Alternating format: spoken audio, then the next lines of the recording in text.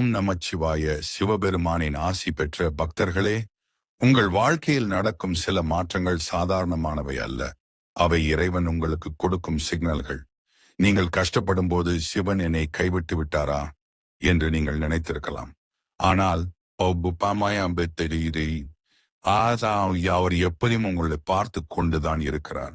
உங்கள் வாழ்க்கையில் ஒரு மிகப்பெரிய முன்னேற்றம் வரப்போகிறது என்பதை உணர்த்தும் அந்த 10 ரகசிய அறிகுறிகள் என்ன? வாருங்கள் விரிவாக பார்ப்போம். பிரம்ம முகூர்த்தம் என்பது விடியற்காலையில் சூரிய உதயத்திற்கு முன்னுள்ள ஒரு உன்னதமான நேரமாகும். குறிப்பாக அதிகாலை 3 மணி முதல் 5 மணி வரையிலான காலத்தை தேவ நேரம் என்று அழைக்கிறோம். இந்த நேரத்தில் உங்களுக்கு தானாகவே விழிப்பு வருகின்றது என்றால் அது வெறும் தற்செயல் நிகழ்வு அல்ல. அதற்கு பின்னால் ஆழமான ஆன்மீக மற்றும் அறிவியல் காரணங்கள் உள்ளன. ஆன்மீக ரீதியாக பார்த்தால் 3 மணி முதல் 5 மணி வரையிலான நேரம் அமிர்த விழி என்று போற்றப்படுகிறது. இந்த நேரத்தில் பிரபஞ்ச ஆற்றல், காஸ்மிக் எனர்ஜி அதன் உச்ச நிலையில் இருக்கும். நீங்கள் எவ்வித அலாரமும் இன்றி இந்த நேரத்தில் விழித்தெழுகிறீர்கள் என்றால் உங்கள் ஆன்மா உயர்நிலை ஆற்றலுடன் தொடர்பு கொள்ள தயாராக உள்ளது என்று பொருள். இறை சக்தி உங்களை ஏதோ ஒரு உயர்ந்த நோக்கத்திற்காக தேர்ந்தெடுக்கிறது என்பதற்கான அறிகுறி இது. இதனை இறைவனின் அழைப்பு என்றே சொல்லலாம். இந்த அதிகாலை வேளையில் பிரபஞ்சம் மிகவும் அமைதியாகவும் சுத்தமான காற்றோட்டத்துடனும் இருக்கும். வளிமண்டலத்தில் ஓசோன் படலம் அதிகப்படியான பிராண சக்தியை, ஆக்சிஜன் பூமிக்கு வழங்கும் நேரம் இது. இந்த நேரத்தில் நாம் சுவாசிக்கும் தூய்மையான காற்று நம் உடலின் செல்களை புதுப்பித்து நோய் எதிர்ப்பு சக்தியை அதிகரித்து ஆயுளை நீட்டுகிறது. சித்தர்களும் யோகிகளும் இந்த நேரத்தையே தங்களின் தவத்திற்கு சிறந்த நேரமாக தேர்ந்தெடுத்தனர்.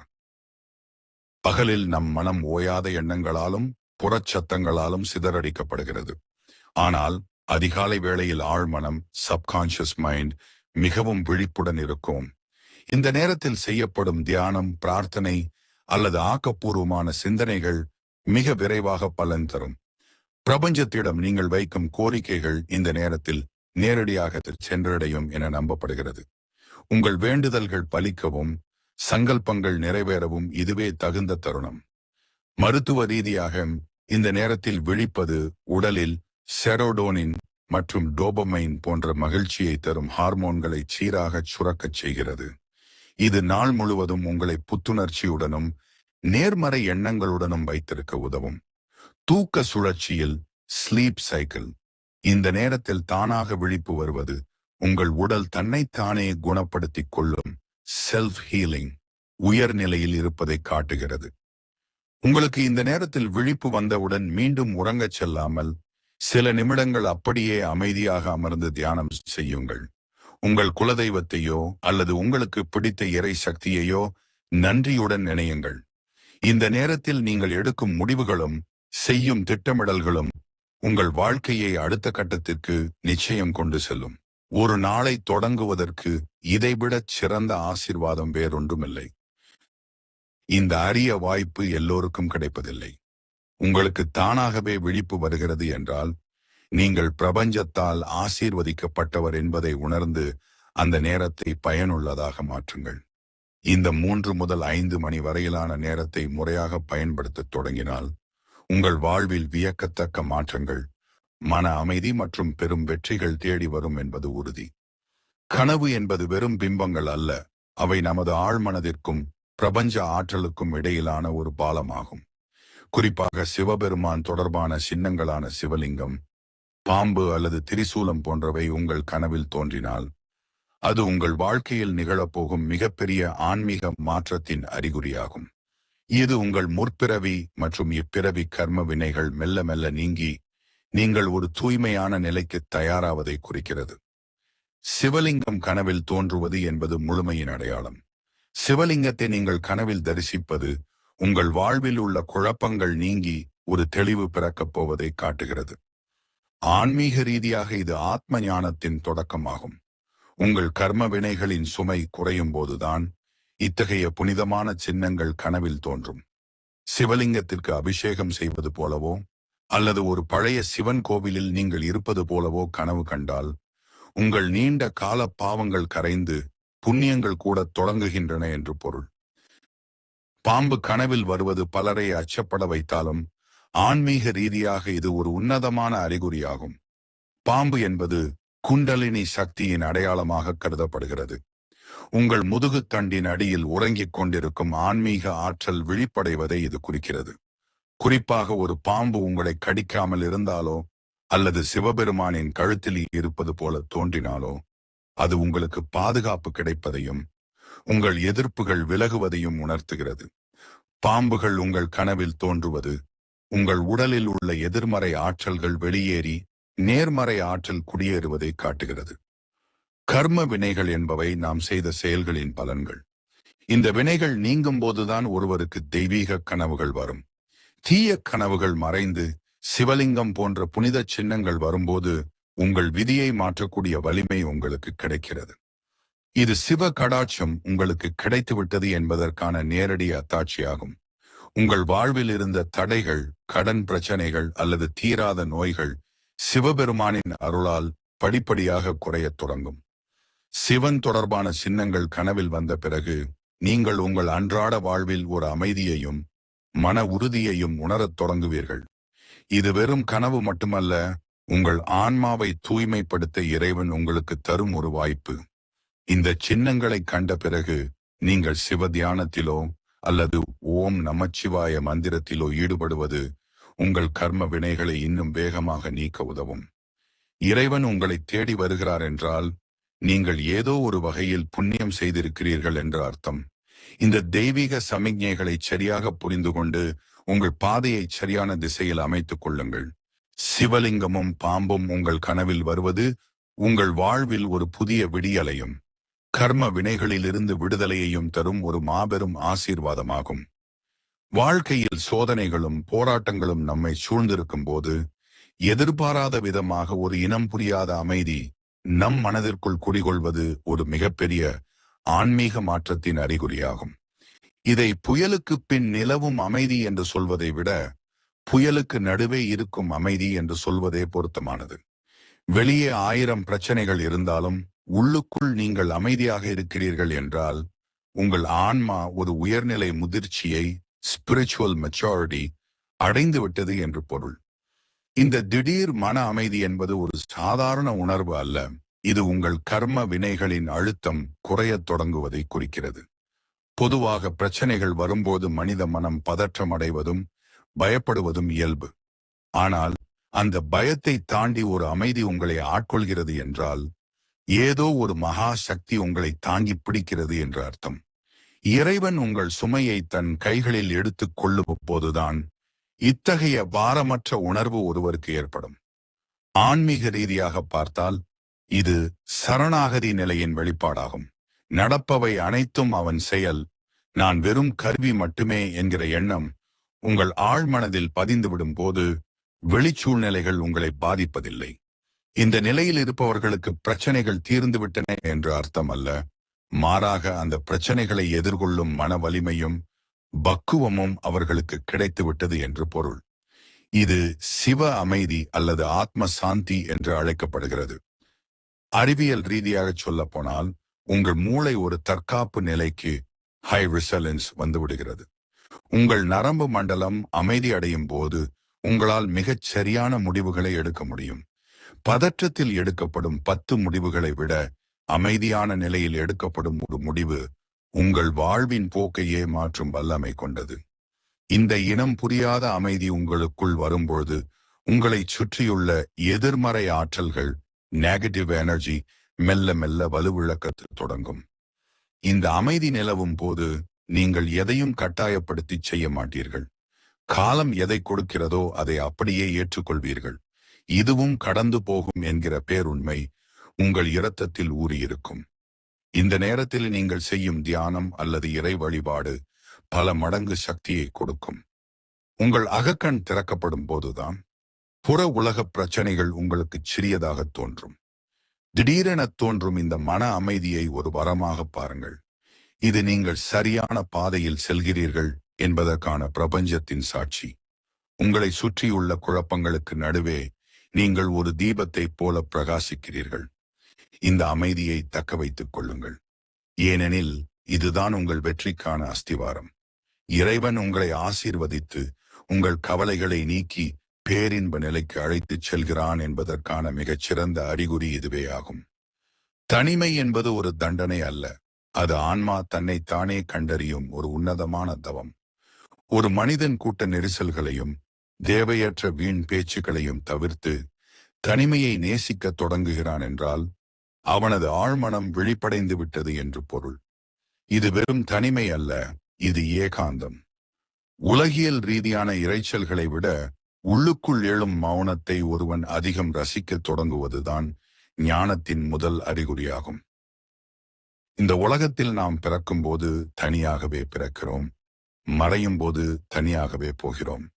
ஆனால் இடையில் உள்ள வாழ்க்கையில் கூட்டத்தை சேர்த்து கொண்டு நம்மை நாமே தொலைத்து விடுகிறோம். எப்போது உங்களுக்கு பிறரோடு பேசுவதை விட உங்களோடு நீங்களே பேசிக்கொள்வது இப்படி டேபிளாக இருக்கிறதோ அப்போது உங்கள் ஆன்மா முதிர்ச்சி அடையத் தொடங்குகிறது. ஞானிகள், சித்தர்கள் மற்றும் மகான்கள் அனைவரும் காடுகளுக்கும் மலைகளுக்கும் சென்றது தனிமைக்காக அல்ல, அந்த தனிமையில் கிடைக்கும் இறை தொடர்புக்காக மட்டுமே.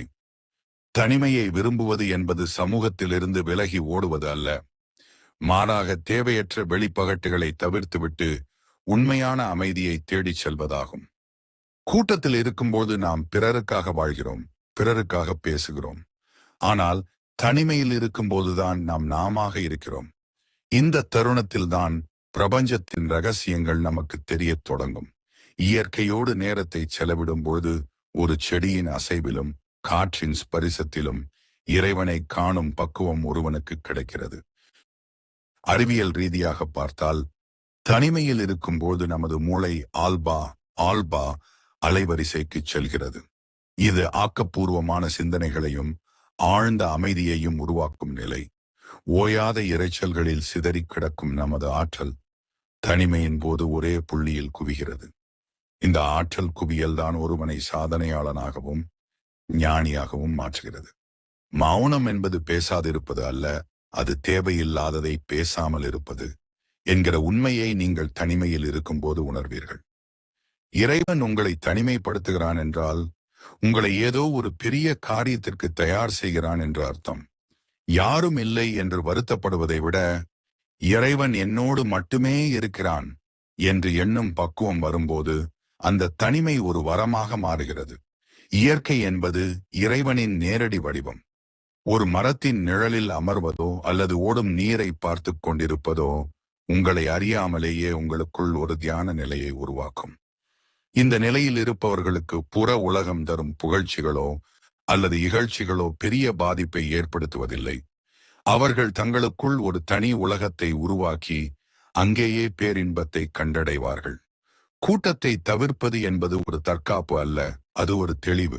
உன்னையே நீ அறிவாய் என்கிற தத்துவத்தின்படி உங்களை நீங்கள் முழுமையாக அறிய தனிமை மிக அவசியம். உங்களுக்குள் இந்த மாற்றம் நிகழ்கிறது என்றால் நீங்கள் லௌகீக வாழ்க்கையிலிருந்து ஆன்மீக பாதைக்கு திரும்பிக் கொண்டிருக்கிறீர்கள் என்று பொருள். இது ஞானத்தின் முதிர்ச்சி. இந்த தனிமையை பயன்படுத்தி உங்கள் ஆன்மாவை தூய்மைப்படுத்துங்கள், உங்கள் எண்ணங்களை சீரமைத்துக் கொள்ளுங்கள். பிரபஞ்சத்தின் பேராற்றல் உங்களோடு உரையாட காத்திருக்கிறது. இந்த தனிமைதான் உங்களை ஒரு முழுமையான மனிதனாக மாற்றப் போகும் ஊற்றிக்கண். நமது முன்னோர்கள் மற்றும் ஆன்மீக பெரியோர்களின் கூற்றுப்படி ஒரு இல்லத்திற்கு விலங்குகளும் பறவைகளும் தானாகவே தேடி வருவது என்பது அந்த இடத்தில் நிலவும் நேர்மறை ஆற்றலின் பாசிட்டிவ் எனர்ஜி வெளிப்பாடாகும். யாதும் ஊரே யாவரும் கேளீர் என்ற தத்துவத்தின் அடிப்படையில் வாயில்லா ஜீவன்கள் ஒரு வீட்டிற்கு வருகின்றன என்றால் அந்த வீட்டின் எஜமானர் மற்றும் குடும்பத்தினர் மிகுந்த புண்ணியம் செய்தவர்கள் என்று பொருள். இது வெறும் தற்செயல் நிகழ்வு அல்ல, இது பிரபஞ்சத்தின் ஆசீர்வாதம் உங்கள் கதவை தட்டுகிறது என்பதற்கான அறிகுறி. முதலாவதாக பசு நந்தி அம்சம் உங்கள் வாசலுக்கு தேடி வருவது என்பது 33 கோடி தேவர்களின் ஆசியும் உங்கள் இல்லத்திற்கு வந்துவிட்டது என்பதை குறிக்கும். குறிப்பாக பசுக்கள் தன்னிச்சையாக உங்கள் வீட்டுக்கு வந்து நின்றாலோ அல்லது கத்தினாலோ அந்த வீட்டில் உள்ள வாஸ்து தோஷங்கள் மற்றும் தீய சக்திகள் விலகுகின்றன என்று அர்த்தம். மகாலட்சுமியின் அம்சம் பொருந்திய பசுவின் வருகை உங்கள் வீட்டில் நிலவி வந்த பொருளாதார தடைகளை நீக்கி செல்வச் செழிப்பை உண்டாக்கும். அந்த பசுவிற்கு ஒரு துண்டு வெல்லமோ அல்லது அகத்திக்கீரையோ வழங்குவது உங்கள் பித்ருக்களின் முன்னோர்களின் ஆசியை முழுமையாக பெற்றுத்தரும். காக்கைகளின் வருகை நம் வாழ்வியலில் மிக முக்கியமானது. காக்கை என்பது சனி பகவானின் வாகனமாகவும் நமது முன்னோர்களின் வடிவமாகவும் கருதப்படுகிறது. உங்கள் வீட்டின் வாசலில் காக்கைகள் அமர்ந்து சத்தமிடுவது அல்லது நீங்கள் வைக்கும் உணவை அவை உண்பது உங்கள் முன்னோர்கள் உங்கள் மீது திருப்தியாக இருக்கிறார்கள் என்பதற்கான சான்று. காக்கைகளுக்கு தினமும் உணவு வைப்பதன் மூலம் பித்துரு தோஷம் நீங்கி குடும்பத்தில் சுப காரியங்கள் தடையின்றி நடக்கும். குறிப்பாக காக்கைகள் கூட்டமாக வந்து உங்கள் வீட்டில் அமர்வது அந்த இடத்தின் அதிர்வுகளை வைப்ரேஷன்ஸ் சுத்தப்படுத்துகிறது. சிட்டுக்குருவிகள் மற்றும் புறாக்கள் போன்ற பறவைகள் உங்கள் வீட்டில் கூடு கட்டுவது ஒரு மகா பெரிய பாக்கியம். பறவைகள் மிகவும் நுணுக்கமான உணர்வு கொண்டவை. எங்கு அமைதியும் அன்பும் பாதுகாப்பும் இருக்கிறதோ அங்கு மட்டுமே அவை தங்கும்.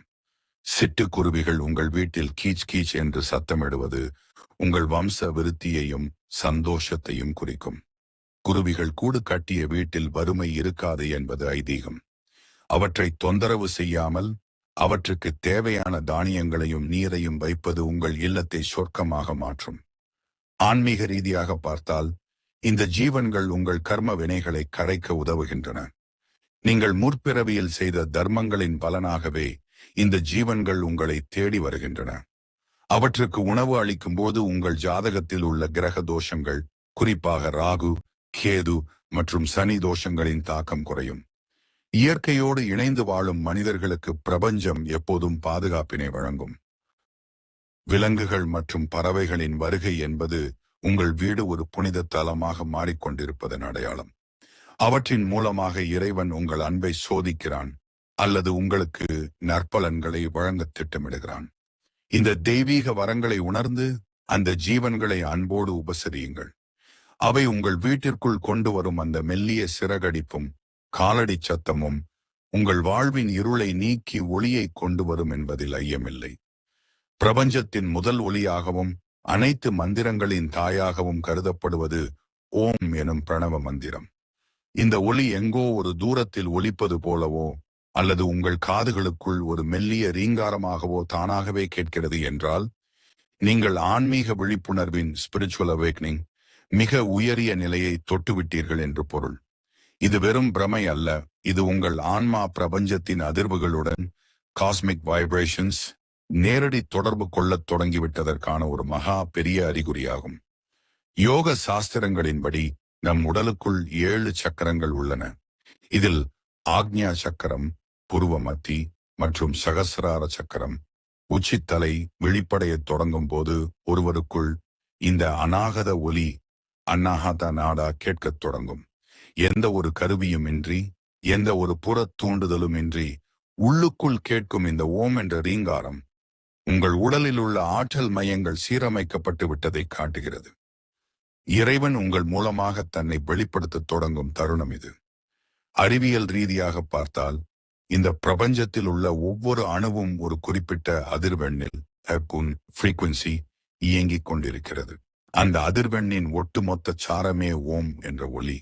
உங்கள் மனம் அமைதியடைந்து தியான நிலைக்கு பழகிவிடும் போது உங்களால் அந்த பிரபஞ்ச அதிர்வுகளை உணர முடியும். காதுகளில் கேட்கும் அந்த மெல்லிய ரீங்காரம் உங்கள் மூளையின் செல்களை புதுப்பித்து மன அழுத்தத்தை நீக்கி ஒரு விதமான பரவச நிலையை யூஃபோரியா உங்களுக்குள் உண்டாக்கும். இந்த ஓம் ஒலி கேட்கும் போது உங்கள் கர்ம வினைகள் மிக வேகமாக எரிந்து கொண்டிருக்கின்றன என்று அர்த்தம். தீய எண்ணங்கள், பயம் மற்றும் பதற்றம் ஆகியவை இந்த ஒலியின் அதிர்வில் கரைந்து போகும். இது இறைவனுக்கும் உங்களுக்கும் இடையே ஏற்படும் ஒரு இரகசிய உரையாடல். நான் உன்னோடு இருக்கிறேன் என்று இறைவன் உங்களுக்கு கொடுக்கும் வாக்குறுதியாகவே இதை நீங்கள் கருதலாம். இந்த ஒளியை கேட்கும் பாக்கியம் பெற்றவர்கள் வாழ்வில் எதற்கும் அஞ்சத் தேவையில்லை. ஏனெனில் அவர்கள் பிரபஞ்சத்தின் பாதுகாப்பில் இருக்கிறார்கள். இந்த ஓம் என்ற ரீங்காரம் கேட்கும் போது நீங்கள் செய்ய வேண்டியது ஒன்றே ஒன்றுதான். அந்த ஒளியோடு ஒன்றிப் போய் அமைதியாக இருங்கள். அந்த ஒளியை துரத்தவோ அல்லது அது ஏன் கேட்கிறது என்று பகுப்பாய்வு செய்யவோ வேண்டாம். அந்த ரீங்காரத்தில் உங்களை நீங்கள் கரைத்துக் கொள்ளும் போது உங்களுக்குள் இருக்கும் ஈகோ, அகந்தை அழிந்து ஒரு பேராற்றல் உங்களை ஆட்கொள்ளும். இது ஒரு மனிதன் அடையக்கூடிய மிக உன்னதமான ஆன்மீக அனுபவங்களில் ஒன்றாகும். இந்த தெய்வீக ஒளி உங்களை தேடி வருகிறது என்றால் உங்கள் ஆன்மா புனிதமடைந்து விட்டது என்று பொருள். நீங்கள் ஒரு ஞானியாகவோ அல்லது ஒரு உயர்ந்த ஆன்மீக வழிகாட்டியாகவோ மாறுவதற்கான தகுதி உங்களுக்கு வந்துவிட்டது என்பதை இது உணர்த்துகிறது. இனி உங்கள் வாழ்வில் நடக்கும் அனைத்தும் நன்மையாகவே முடியும். ஓம் என்ற அந்த ஆதிநாதம் உங்கள் இதயத்தில் ஒலித்துக் கொண்டிருக்கும் வரை நீங்கள் ஒருபோதும் தனிமையில் இல்லை. நீங்கள் அந்த பரம்பொருளோடு இரண்டர கலந்து விட்டீர்கள் என்பதற்கான அசைக்க முடியாத சாட்சி இதுவேயாகும். ஒரு மனிதனின் வாழ்க்கையில் பழைய பழக்கங்கள், குறிப்பாக தீய பழக்கங்கள் தானாகவே விலகுவது என்பது அவனது ஆன்மா அடைந்திருக்கும் மிகப்பெரிய வெற்றியின் அடையாளமாகும். பல வருடங்களாக பழகிய ஒரு தீய பழக்கத்தை விடுவதற்கு போராடும் மனிதர்களுக்கு மத்தியில் எந்தவிதமான பெரும் முயற்சியுமின்றி ஒரு பழக்கம் உங்களை விட்டு விலகுகிறது என்றால் உங்கள் உடலில் உள்ள சத்துவ குணம் மேலோங்கிவிட்டது என்று பொருள். இது ஒரு சாதாரண மாற்றம் அல்ல, இது ஒரு மறுபிறப்பு. ஆன்மீக ரீதியாக நம்முடைய பழக்கங்கள் என்பவை நமது வாசனைகள், வாசனாஸ் என்று அழைக்கப்படுகின்றன. இவை நம்முடைய கர்ம வினைகளின் அடிப்படையில் உருவானவை. எப்போது ஒருவருக்கு இறைவனின் அருள் அல்லது குருவின் பார்வை கிடைக்கிறதோ அப்போது அவனது ஆழ்மனதில் உள்ள இருள் நீங்கி ஒளி பிறக்கிறது. இருள் இருக்கும் இடத்தில் ஒளியை கொண்டு வரும்பொழுது இருள் தானாக மறைவது போல ஆன்மீக சிந்தனைகள் உள்ளே நுழையும் போது தீய பழக்கங்கள் தானாகவே வெளியேறிவிடுகின்றன. இதை நிவர்த்தி மார்க்கம் என்று பெரியோர்கள் அழைப்பார்கள். இந்த மாற்றத்தின் போது முன்பு உங்களுக்கு மகிழ்ச்சியை தந்த விஷயங்கள் இப்போது சலிப்பை தரும். தேவையற்ற அரட்டைகள், தீய பழக்கங்கள், நேரத்தை வீணடிக்கும் செயல்கள் ஆகியவற்றிலிருந்து உங்கள் மனம் விலகி அமைதியையும் அறிவையும் தேடத் தொடங்கும். உங்கள் புலன்கள், சென்சஸ், அதன் போக்கிலிருந்து மாறி உள்முகமாக திரும்பும். இதுவே ஞானத்தின் தொடக்க புள்ளி. எதை கண்டால் மற்றவையெல்லாம் துச்சமாக தெரியுமோ அதை அடைவதே ஆன்மீகம் என்பதற்கு ஏற்ப இறை இன்பத்தை உணரத் தொடங்கும்போது உலகியல் சிற்றின்பங்கள் தானாகவே கசக்கத் தொடங்கும். உடல் ரீதியாகவும் இந்த மாற்றம் ஒரு பெரும் நன்மையை தரும். தீய பழக்கங்கள் விலகும்போது உங்கள் உடலில் உள்ள செல்கள் புத்துயிர் பெறுகின்றன. முகத்தில் ஒரு தேஜஸும் ஒளி, கண்களில் ஒரு தெளிவும் பிறக்கும். உங்கள் பேச்சில் நிதானமும் செயலில் நேர்மறையும் குடிபுகும். ஆன்மீகத்தில் ஈடுபாடு அதிகரிக்கும் போது நீங்கள் படிக்கும் புத்தகங்கள், நீங்கள் சந்திக்கும் மனிதர்கள் என அனைத்தும் ஒரு தரம் வாய்ந்ததாக மாறும். இது உங்களை சுற்றியுள்ள ஆரா வனாடா எனப்படும் ஆற்றல் மண்டலத்தை தூய்மைப்படுத்துகிறது. பழைய பழக்கங்கள் மாறுவது என்பது உங்கள் விதி மாற்றப்படுவதற்கான அறிகுறி. உங்கள் ஜாதகத்தில் உள்ள கடுமையான கிரக நிலைகள் கூட உங்கள் பழக்க வழக்க மாற்றத்தால் நற்பலன்களை தரத் தொடங்கும். மனமது செம்மையானால் மந்திரம் செபிக்க வேண்டாம் என்ற வாக்கிற்கு இணங்க உங்கள் மனதை தூய்மைப்படுத்தும் இந்த மாற்றம் உங்களை ஒரு உயர்நிலைக்கு கொண்டு செல்லும். இது இறைவனே உங்கள் கரங்களை பிடித்து நல்வழிப்படுத்துகிறான் என்பதற்கான நேரடி சாட்சி. இந்த மாற்றத்தை நீங்கள் உணர்கிறீர்கள் என்றால் நீங்கள் மிகவும் கொடுத்து வைத்தவர். இந்த புதிய பாதையில உறுதியாக இருங்கள். பழைய வாழ்க்கை ஒரு கசப்பான கனவாக மறைந்து ஒரு உன்னதமான ஆன்மீக வாழ்க்கை உங்களுக்கு முன்னால் மலர்ந்து கொண்டிருக்கிறது. இந்த தெய்வீக மாற்றத்தை போற்றி பாதுகாத்து இன்னும் ஆழமாக ஆன்மீக தேடலில் ஈடுபடுங்கள். பிரபஞ்சத்தின் பேராற்றல் உங்களுக்கு எப்போதும் துணையாக இருக்கும். வாழ்க்கை பயணத்தில் நாம் சில நேரங்களில் திசை தெரியாத காட்டில் நிற்பது போல உணர்வோம். சுற்றிலும் இருள் சூழ்ந்து எல்லா வழிகளும் அடைக்கப்பட்டு இனி என்ன செய்வது என்று திகைத்து நிற்கும் அந்த ஒரு நொடியில் எங்கிருந்தோ வந்த ஒரு அந்நியர் உங்களுக்கு கை கொடுக்கிறார் என்றால் அது வெறும் மனித உதவி அல்ல, அது சிவபெருமான் நிகழ்த்தும் ஒரு மகா பெரிய அதிசயம். அடியவருக்கு அடியவன் என்று போற்றப்படும் அந்த பரம்பொருள் தன்னிடம் சரணடைந்தவர்களை ஒருபோதும் கைவிடுவதில்லை என்பதற்கு இதுவே சாட்சி. ஆன்மீக ரீதியாக இறைவன் எல்லா நேரங்களிலும் நேரடியாக வந்து நமக்கு உதவ மாட்டார். மாறாக அவர் ஏதோ ஒரு மனித ரூபத்தில் ஒரு அந்நியரின் வடிவில் வந்து நம் துயரை துடைப்பார். இதனை நிமித்த மார்க்கம் என்று சொல்வார்கள். உங்களுக்கு தெரியாத, உங்களுக்கு எவ்வித உறவும் இல்லாத ஒரு நபர் உங்கள் கஷ்டத்தை புரிந்து கொண்டு தானாக முன்வந்து உதவுகிறார் என்றால் அந்த நபரை அந்த இடத்திற்கு அனுப்பியது பிரபஞ்சத்தின் பேராற்றல். அந்த அந்நியரின் ரூபத்தில் வந்து நின்றது சிவபெருமானே அன்றி வேறில்லை. கர்ம வினைகளின் பிடியில் சிக்கி நாம் தவிக்கும் போது சில நேரங்களில் நம்முடைய சொந்த பந்தங்களே நமக்கு உதவ முடியாத நிலை ஏற்படும். அந்த நேரத்தில் ஒரு புதிய மனிதர் மூலம் கிடைக்கும் உதவி உங்கள் கர்ம வினைகளின் தீவிரம் குறையத் தொடங்கிவிட்டதை குறிக்கிறது. ஈசன் எங்கும் நிறைந்திருப்பவன் என்பதன் அர்த்தம் அவர் எல்லா ஜீவராசிகளுக்குள்ளும் உரைகிறார் என்பதுதான். அந்த நேரத்தில் அந்த அந்நியரின் மனதில் ஒரு கருணையை தூண்டி உங்களை நோக்கி அவரை ஈர்த்தது இறைவனின் பேரருள். அறிவியல் ரீதியாக பார்த்தால் இது சைன்க்ரானிசிட்டி அல்லது பொருந்தும் நிகழ்வுகள் என்று அழைக்கப்படுகிறது. உங்கள் ஆழ்மனம் ஒரு தீர்வை தேடி தவிக்கும் போது பிரபஞ்சத்தில் உள்ள அதே அதிர்வெண் கொண்ட ஒரு ஆற்றலை அந்த நபர் மூலம் உங்களிடம் கொண்டு வந்து சேர்க்கிறது. எதிர்பாராத உதவி கிடைக்கும் போது உங்களுக்குள் ஒரு இனம் புரியாத நிகழ்ச்சியும் கண்ணீரும் வரும். அந்த துளி கண்ணீர் உங்கள் ஆன்மாவை தூய்மைப்படுத்துகிறது. இது போன்ற நிகழ்வுகள் உங்கள் வாழ்வில் நடக்கிறது என்றால் நீங்கள் இறைவனின் நேரடி பாதுகாப்பில் இருக்கிறீர்கள் என்று பொருள். இது உங்களுக்கு ஒரு செய்தியை சொல்கிறது. நீ பயப்படாதே, உனக்கு யாரும் இல்லாத போது நான் இருப்பேன். இக்கட்டான நேரத்தில் கிடைக்கும் அந்த ஒரு சிறிய உதவி உங்கள் நம்பிக்கையை மீண்டும் துளிர்விடச் செய்யும். அதன் பிறகு உங்கள் பிரச்சனைகள் ஒவ்வொன்றாக தீரத் தொடங்கும்.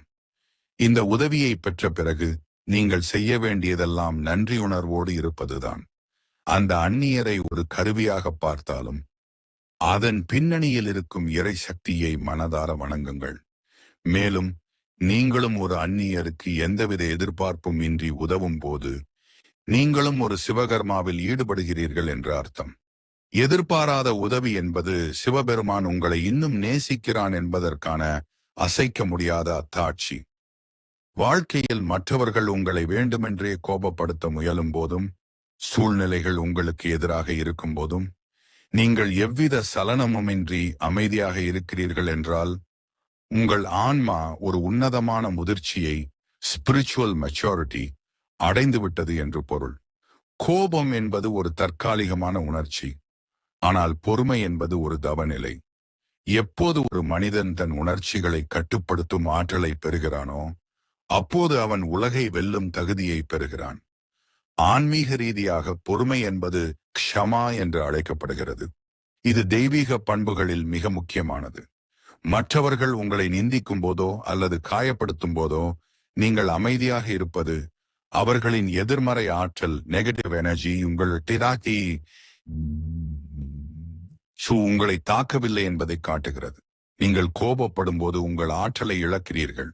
ஆனால் நீங்கள் அமைதியாக இருக்கும் போது அந்த ஆற்றல் உங்களுக்குள்ளேயே சேமிக்கப்பட்டு உங்களை ஒரு சக்தி வாய்ந்த மனிதராக மாற்றுகிறது. இது சிவநிலை போன்றது. ஆலகால நஞ்சையே உண்டாலும் அமைதியாக இருக்கும் சிவபெருமானின் பக்குவம் அது. இந்த மனமுதிர்ச்சி ஏற்படும் போது நீங்கள் மனிதர்களை குறை கூறுவதை நிறுத்திவிடுவீர்கள். உங்களை ஒருவர் கோபப்படுத்தினால் அவர் ஒரு அறியாமையில் இருக்கிறார் அல்லது அவரது கர்மவினை அவரை அப்படி செய்ய தூண்டுகிறது என்பதை உங்கள் ஆன்மா உணர்ந்து கொள்ளும். இதனால் அவர்கள் மீது உங்களுக்கு கோபம் வருவதற்கு பதிலாக ஒருவிதமான பரிதாபமும் கருணையுமே உண்டாகும். எதிரியை நேசிப்பதை காட்டிலும் எதிரியை பார்த்து புன்னகைப்பது மிகப்பெரிய ஆன்மீக வெற்றி.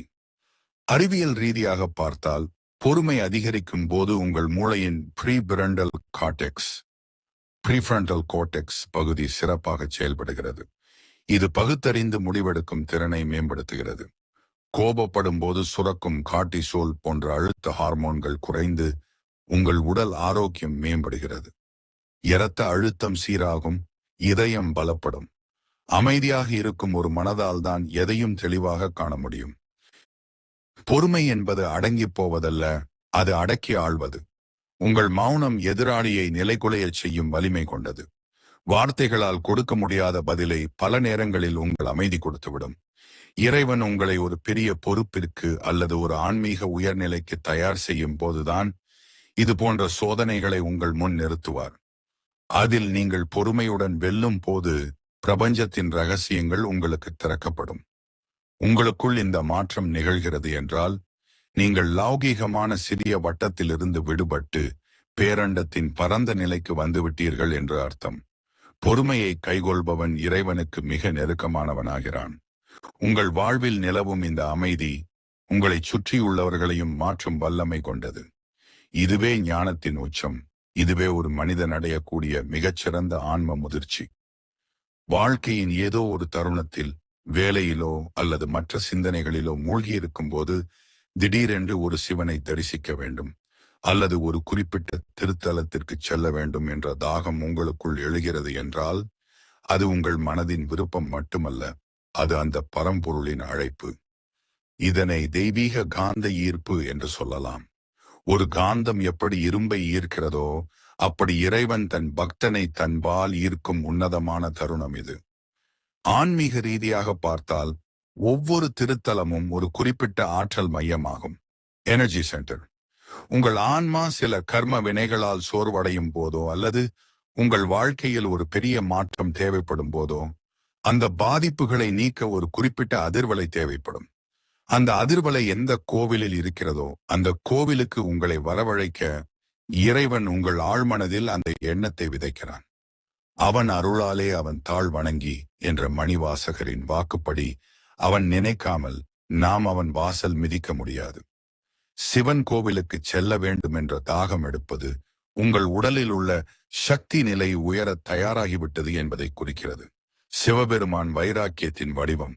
உங்களுக்குள் இருக்கும் குழப்பங்கள் தீர வேண்டுமென்றாலும் அல்லது ஒரு புதிய தெளிவு பிறக்க வேண்டுமென்றாலும் ஈசன் உங்களை அழைக்கிறான் என்று அர்த்தம். ஒரு நீண்ட பயணத்திற்கு பிறகு வீட்டிற்கு செல்ல துடிக்கும் ஒரு குழந்தையின் மனநிலையைப் போல உங்கள் ஆன்மா தன் மூலத்தை தேடி செல்ல துடிக்கும் நிலையே இந்த திருத்தல ஆர்வம். சில நேரங்களில் நீங்கள் இதற்கு முன்பு பார்த்திராத அல்லது கேள்விப்படாத ஒரு கோவிலை பற்றி தற்செயலாக கேள்விப்படுவீர்கள். அதன் பிறகு அந்த இடத்திற்கு செல்ல வேண்டும் என்ற எண்ணம் உங்களை உறங்க விடாது. இது முற்பிறவி தொடர்பின் பூர்வ புண்ணிய அறிகுறியாகும். முற்பிறவிகளில் நீங்கள் அந்த இடத்தில் செய்த வழிபாட்டின் தொடர்ச்சி இப்பிறவியில் உங்களை அங்கு மீண்டும் அழைக்கிறது. அந்த தலத்திற்கு சென்று நீங்கள் தரிசனம் செய்யும் போது உங்கள் நீண்ட கால பிரச்சனைகள் ஒரு முடிவுக்கு வருவதை நீங்கள் உணர முடியும். இந்த ஆர்வம் மேலோங்கும் போது வழியில் தடைகள் வந்தாலும் அவற்றை மீறி செல்ல உங்கள் மனம் துணியும். அந்த பயணத்தின் போது உங்களுக்கு கிடைக்கும் அமைதியும் தரிசனத்திற்கு பிறகு உங்களுக்குள் ஏற்படும் மாற்றமும் வார்த்தைகளால் விவரிக்க முடியாதவை. ஒரு கோவிலுக்கு செல்வது என்பது வெறும் கற்சிலையை பார்ப்பதற்கல்ல, அங்குள்ள அந்த பேராற்றலில் உங்களை குளிப்பாட்டி உங்கள் ஆன்மாவை தூய்மைப்படுத்திக் கொள்வதற்கே. இறைவன் உங்களை அழைக்கிறான் என்றால் உங்களுக்கு ஏதோ ஒரு மகா பெரிய அனுகிரகத்தை செய்ய போகிறான் என்று அர்த்தம். இந்த தாகம் உங்களுக்குள் ஏற்பட்டால் அதை தள்ளி போடாமல் உடனே அந்த தரிசனத்தை மேற்கொள்ளுங்கள். அந்த பயணம் உங்கள் விதியை மாற்றும் பயணமாக கூட இருக்கலாம். ஈசனின் அழைப்பை ஏற்று நீங்கள் எடுத்து வைக்கும் ஒவ்வொரு அடியும் உங்கள் கர்ம வினைகளை எரித்து உங்களை ஒரு ஒளிமயமான பாதைக்கு அழைத்துச் செல்லும் என்பதில் எவ்வித ஐயமும் இல்லை. இந்த மேன்மையான அறிகுறிகள் உங்கள் வாழ்க்கையில் தென்படத் தொடங்கினால் உங்கள் எதிர்காலம் ஒரு மிகப்பெரிய ஒளிமயமான மாற்றத்தை நோக்கி செல்கிறது என்று அர்த்தம். இதுவரை நீங்கள் சந்தித்து வந்த இருண்ட காலம் மறைந்து ஒரு புதிய விடியல் உங்கள் வாசலில் காத்திருக்கிறது. குறிப்பாக உங்களை நீண்ட நாட்களாக வாட்டி வதைத்த பொருளாதார தடைகள் ஒவ்வொன்றாக விலகத் தொடங்கும். இறைவன் உங்கள் கர்ம வினைகளை சீரமைக்கும் போது தேவையற்ற நஷ்டங்கள் குறைந்து செல்வச் செழிப்பு ஏற்படுவதற்கான புதிய வாய்ப்புகள் உங்களை தேடி வரும். இது வெறும் பணவரவு மட்டுமல்ல, அது மன நிறைவான வாழ்விற்கான தொடக்கம். உறவுகளுக்குள் இருந்த கசப்புணர்வுகள் மாறி பிரிந்த உறவுகள் மீண்டும் ஒன்று சேரும். ஈசனின் அருள் உங்கள் உள்ளத்தில் அன்பையும் பொறுமையையும் நிறைக்கும் போது உங்கள் பேச்சிலும் செயலிலும் ஒரு கனிவு பிறக்கும். இந்த மாற்றமே உங்களை விட்டு விலகிச் சென்றவர்களை மீண்டும் உங்களிடம் அழைத்து வரும். குடும்பத்தில் நிலவி வந்த குழப்பங்கள் நீங்கி ஒரு நிம்மதியான சூழல் உருவாகும். இறைவன் உங்கள் உறவுகளை பலப்படுத்தி உங்களுக்கு பக்கபலமாக இருக்கும் நல்ல மனிதர்களை உங்கள் வாழ்வில் இணைப்பார். மிக முக்கியமாக உங்கள் மனதை அடித்துக் கொண்டிருந்த கவலைகளும் அழுத்தங்களும் பனி போல விலகும். குழப்பமான காட்டில் வழி தெரியாமல் நின்ற உங்களுக்கு இப்போது ஒரு தெளிவான பாதை கண்ணுக்கு தெரியும். எதை செய்ய வேண்டும், எதை தவிர்க்க வேண்டும் என்கிற தீர்க்கமான முடிவு எடுக்கும் ஆற்றல் உங்களுக்கு கிடைக்கும். இந்த மனத்தெளிவுதான் ஒரு மனிதன் அடையக்கூடிய ஆகச் சிறந்த செல்வம். பயம் நீங்கி தன்னம்பிக்கை பிறக்கும் இந்த வேளையில் நீங்கள் எடுக்கும் ஒவ்வொரு முயற்சியும் வெற்றியை நோக்கியே அமையும். வாழ்க்கை என்பது எப்போதும் ஒரே சீராக இருப்பதில்லை. மேடு பள்ளங்கள் இருக்கவே செய்யும். ஆனால் சிவபெருமான் எதை கொடுத்தாலும் அதை தாங்கும் வலிமையையும் சேர்த்தே கொடுப்பார் என்பதுதான் இதில் உள்ள மிகப்பெரிய ரகசியம். சோதனைகளை கொடுத்து உங்களை பக்குவப்படுத்தும் அதே இறைவன் அந்த சோதனைகளை கடந்து செல்லும் மன உறுதியையும் உங்கள் இரத்தத்தில் கலக்கச் செய்வார். எல்லாம் அவன் செயல் என்கிற சரணாகதி நிலைக்கு நீங்கள் வரும்போது எந்த ஒரு பெரிய மலையும் உங்கள் கண்ணுக்கு கடுகாக தெரியும். இனி உங்கள் வாழ்க்கையில் நடப்பவை அனைத்தும் ஒரு உயர்ந்த நோக்கத்திற்காகவே இருக்கும். பழைய கவலைகளை தூக்கி எறிந்துவிட்டு இறைவனின் கரங்களை பிடித்துக் கொண்டு நம்பிக்கையோடு முன்னோக்கி நடங்கள். உங்கள் வாழ்க்கை இனி ஒரு போராட்டமாக இருக்காது. அது ஒரு தெய்வீக பயணமாக மாறும்.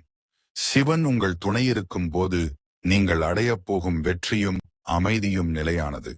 அந்த பரம்பொருளின் ஆசீர்வாதம் இனி எப்போதும் உங்கள் இல்லத்திலும் உள்ளத்திலும் நிறைந்திருக்கும்.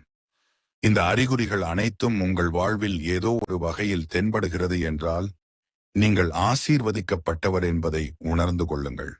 காலம் உங்களுக்கு புரிய வைக்கும் உண்மைகளை அமைதியுடன் ஏற்றுக்கொள்ளுங்கள். கலங்காதீர்கள், ஏனெனில் உங்களை வழிநடத்துவது அந்த ஆதிசிவன். அவர் உங்களை ஒருபோதும் கைவிட மாட்டார். உங்கள் கர்ம வினைகள் கரைந்து ஒரு புதிய விடியல் உங்கள் வாசலில் காத்துக் கொண்டிருக்கிறது. நம்பிக்கையோடு இருங்கள், நன்மையே நடக்கும். ஓம் நமச்சிவாய. தென்னாடுடைய சிவனே போற்றி, எந்நாட்டவர்க்கும் இறைவா போற்றி.